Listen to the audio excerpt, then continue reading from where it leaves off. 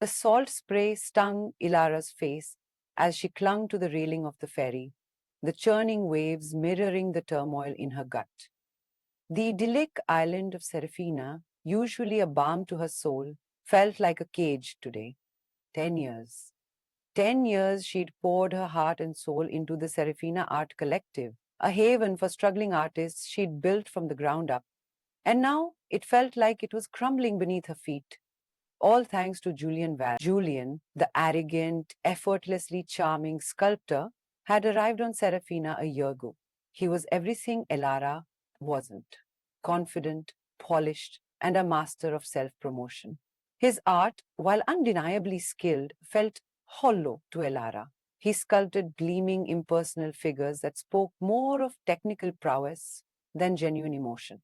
But the tourists ate it up, and so did the wealthy benefactors who kept Serafina afloat. The jealousy gnawed at her. Elara poured her vulnerability into her watercolors, landscapes that captured the raw beauty and quiet desperation of the island. But her art, deemed too introspective by some, was being overshadowed by Julian's flashy pieces. He even managed to snag the coveted commission for the island's new welcome statue, a project Elara had dreamt of for years. But the jealousy was just the tip of the iceberg. A subtle campaign of bullying was underway, designed, Elara suspected, to push her out.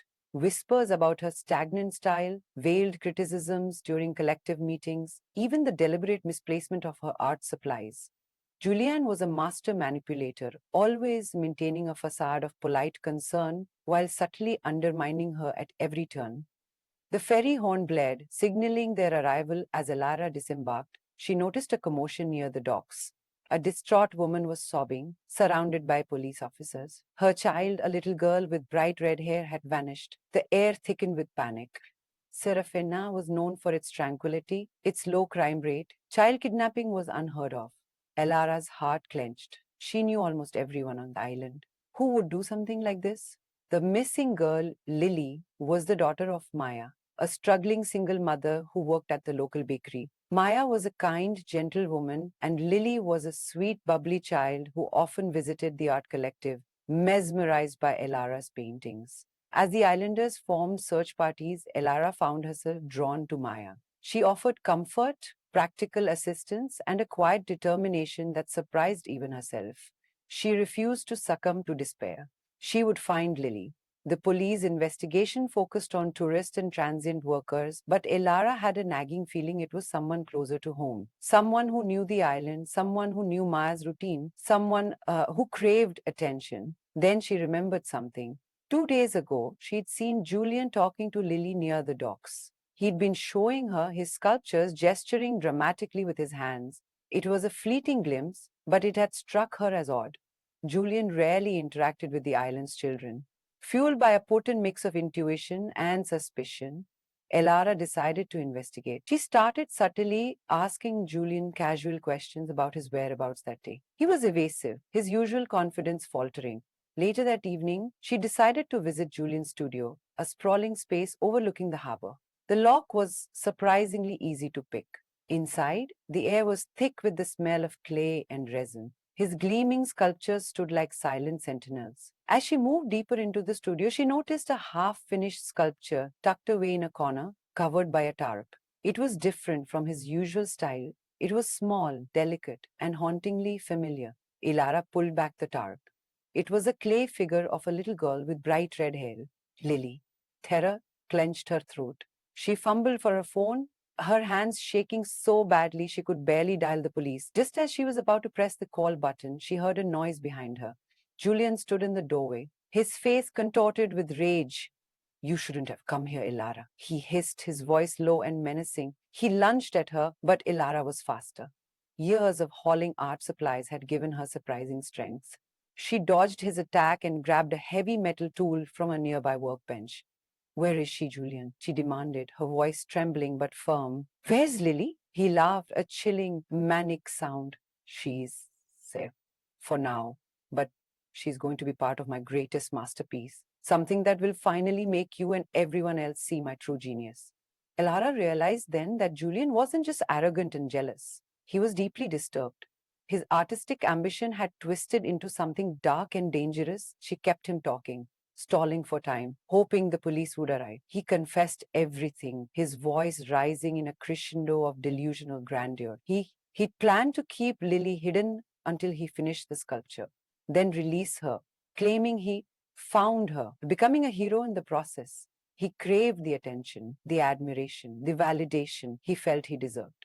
Suddenly, a siren wailed in the distance. Julian's face crumbled. He made a desperate move to escape, but Elara tackled him, pinning him to the ground. The police arrived moments later, arresting Julian and immediately launching a search based on his frantic confession. Lily was found safe, hidden in a small abandoned boathouse on the other side of the island. She was scared but unharmed and reunited with her mother in a tearful embrace. The island erupted in relief and gratitude. Elara was hailed as a hero, but for her, the real reward was seeing Lily back in Maya's arms, safe and sound. The events of the past few days shook Serafina to its core, but from the darkness emerged a renewed sense of community and compassion. Julian's true nature was revealed, and his sculptures were quietly removed from the island. In the aftermath, something unexpected happened. The wealthy benefactors, horrified by Julian's actions, turned their attention to Elara. They saw in her not just talent, but a genuine passion for her art and a deep commitment to the community. They commissioned her to create the Welcome statue, finally fulfilling her long held dream. Elara's statue, a bronze figure of a woman reaching out to the sea, welcoming visitors with open arms, became a symbol of Serafina's resilience and its unwavering spirit of hope. The art collective thrived, its focus shifting back to its original mission of nurturing genuine artistic expression, not chasing fleeting fame. Elara never completely forgot the darkness she had witnessed, the depths of jealousy and delusion that could consume a person. But she learned that even in the face of such darkness, courage, compassion, and a wavering commitment to doing what is right could prevail. And as she stood on the docks, watching the ferry depart, the salt spray no longer stung her face. It felt like a cleansing, a fresh start. The island of Serafina, once a cage of her own making, now felt like home, a place where art and community could truly flourish, leaving a lasting legacy of beauty and hope for generations to come. The ordeal had also unknowingly helped her discover that she had it in her to fight against any injustice and protect the innocent. And that was Elara's biggest takeaway.